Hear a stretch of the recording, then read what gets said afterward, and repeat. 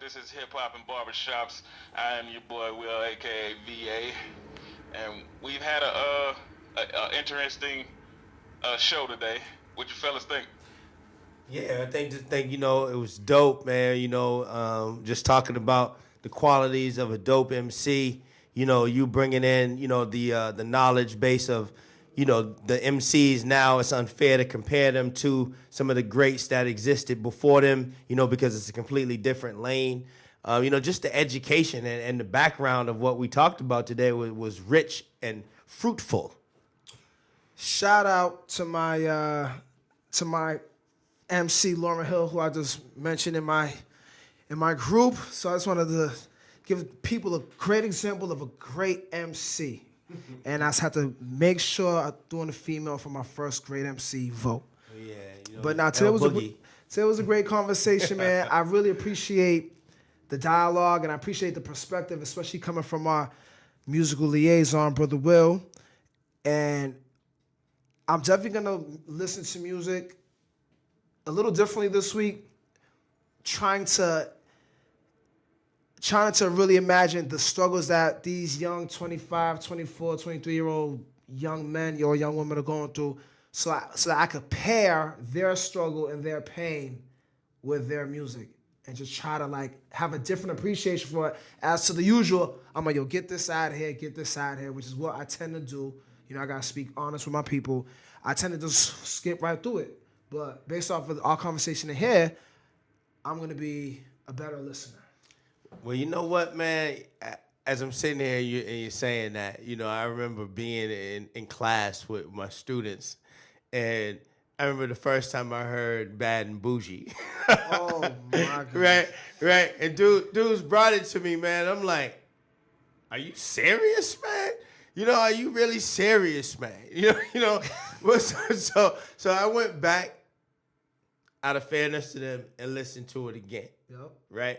And from the outset, when Offset says, young, rich, Yep. ain't got a whole lot of old money, but got a whole lot of new money, though. Okay, well, you know what? Completely different thought process, completely different philosophy. Mm-hmm. I just got to listen to this for what it's worth. For what it's worth. And when I did, the beat, first of all, the production was dumb. That's just dumb. That's part of the equation right there. Just ridiculous, right? Then I started really listening to what they were saying, and I was like, you know what? For a song, cool. I think the only mistake on Bad and Bougie was putting a little Uzi Vert on there. That's where I think they went wrong. And I've heard a couple of Uzi songs that I think is all right, but it just didn't. He shouldn't have been on that joint. That's why on the radio they used to cut it before his verse came. Yep. You know what I'm saying?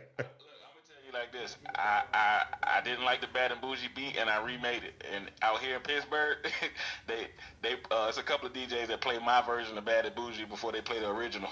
Oh wow, wow! That's interesting. That's definitely a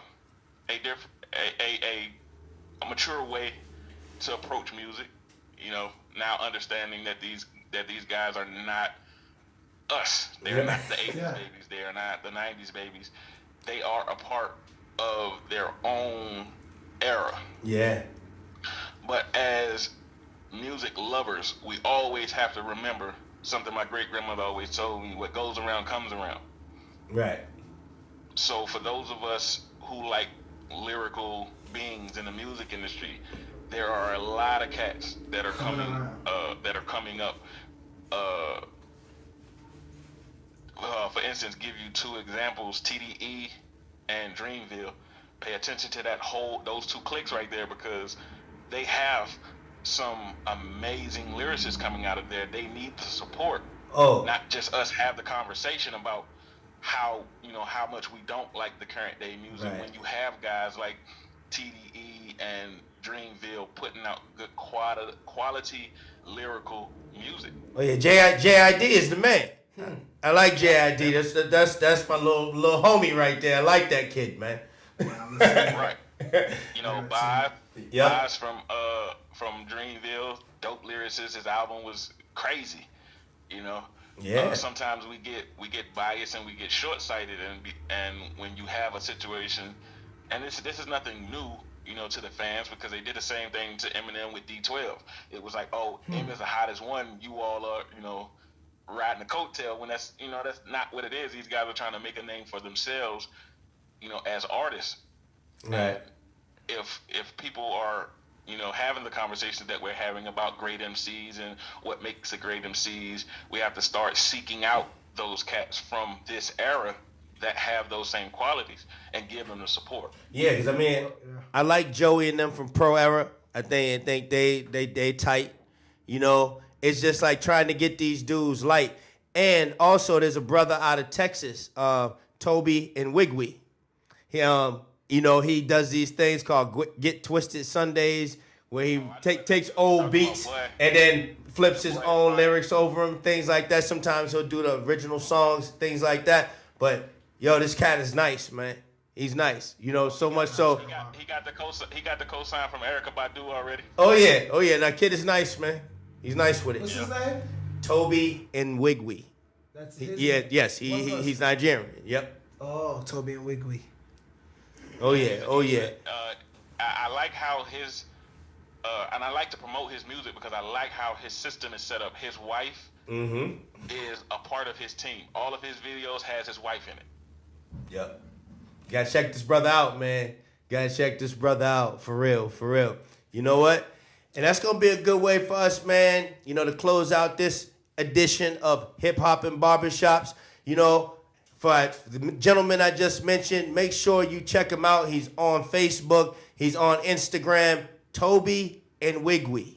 Trust me, you will not be disappointed once you hear this brother's flavor and what he's bringing to the table.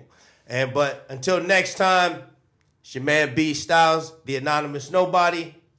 It's your boy, Dr. Boogs the Barber MD, representing our barbershops world and universal wide. And man in the middle.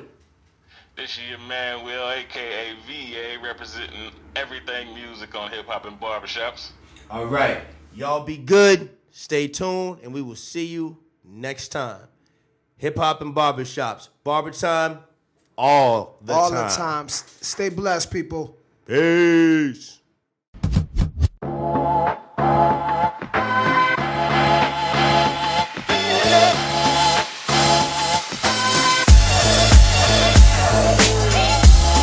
So we're on this mission of trying to find out from the barbershop and the salon owners about solicitors. So how do you feel about the solicitors coming into your shop? Get something out of it is even better.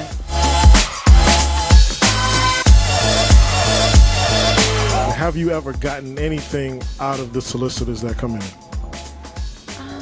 I can't say that I've gotten anything that I can. Nothing of value whatsoever? Nothing of value.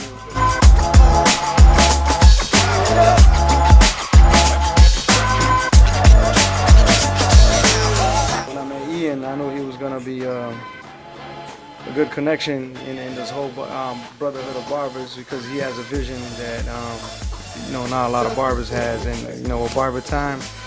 And the way he approaches things is actually a little unique with the monitor, especially, and how he wants to get the whole advertisement thing and put it all there, grab all the clutteredness, all the flyers, the poster that goes in everyone's barbershop, and he kinds of generate it in there, and not just keeping it in one shop, but multiplying it so the ad becomes powerful. I'm grateful for having it here, and I want to thank Ian and the rest of the crew, for doing a good job and continue.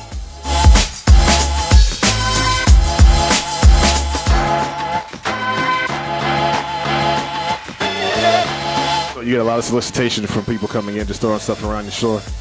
I was. Now they got to put in the monitor, so it's easier, it's cleaner, and I think it's a good idea.